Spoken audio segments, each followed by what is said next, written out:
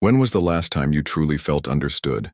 Not just heard, but seen, in your depths, in your contradictions, in the way your mind dances between sorrow and wonder in a single breath? There comes a quiet unraveling in the life of an INFJ, when you realize you've spent so long translating yourself for others that you've forgotten your native tongue. You, the seer of patterns, the weaver of meaning, the quiet storm of intuition. How did you become a stranger to yourself?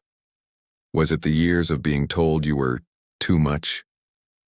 Too intense? Too idealistic? Too goddamn sensitive? Or the moments when you dimmed your light to make others comfortable? When you swallowed your truths to keep the peace? When you loved with your whole soul only to be met with blank stares? And now here you stand, achingly aware of the divide between the you the world sees and the you that hums beneath the surface, restless and untamed. But listen closely, dreamer. That dissonance? That's not brokenness. That's your soul refusing to be erased. 1. The Great Divide. When you learned to split yourself. INFJs are born speaking two languages. The outer one, measured, adaptable, carefully crafted to navigate a world that doesn't understand them.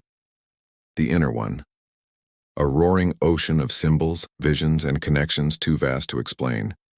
The betrayal wasn't just in the moments others dismissed you, it was in the moments you started dismissing yourself. You learned to laugh when your intuition screamed warnings, nod when your values were compromised, apologize for needing solitude, for your depth, for the sacred way you experience the world. And with each compromise, a piece of you went dormant, not because you were weak, but because you were tired of being the only one who could hear your own heartbeat. 2. The exile. When the world told you to shrink, let's name the damn lie. You were taught that your depth was a burden, that your intuition was overthinking, that your sensitivity was a flaw to be fixed. So you adapted. You became the listener, the healer, the one who made everyone else feel sane while your own mind ran galaxies ahead of them.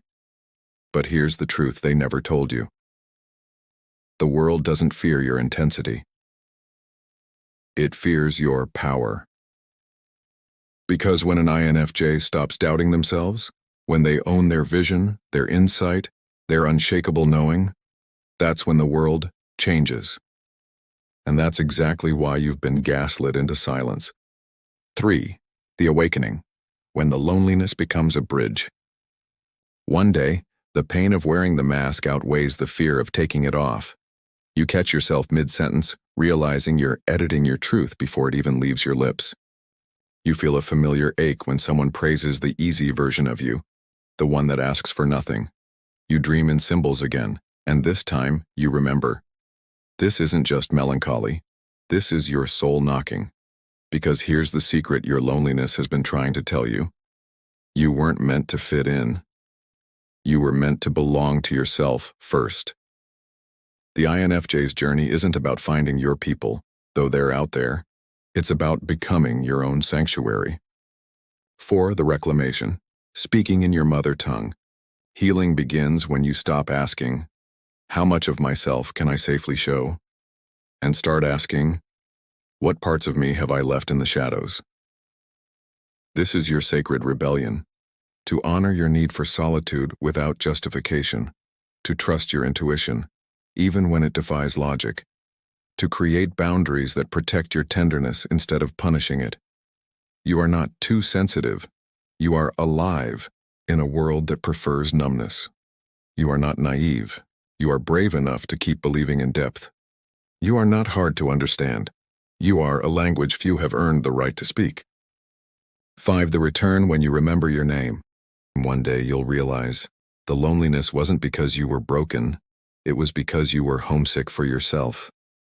And when you finally answer that call, when you stop abandoning your truths to comfort those who'd never do the same for you, something shifts. The visions return. The synchronicities multiply. The fire in your chest burns clean again, not because the world changed, but because you stopped betraying yourself. 6. The ripple effect. When your truth changes everything. Here's the thing they don't tell you about reclaiming yourself. It's contagious. The moment you stop apologizing for your depth, you give others permission to do the same.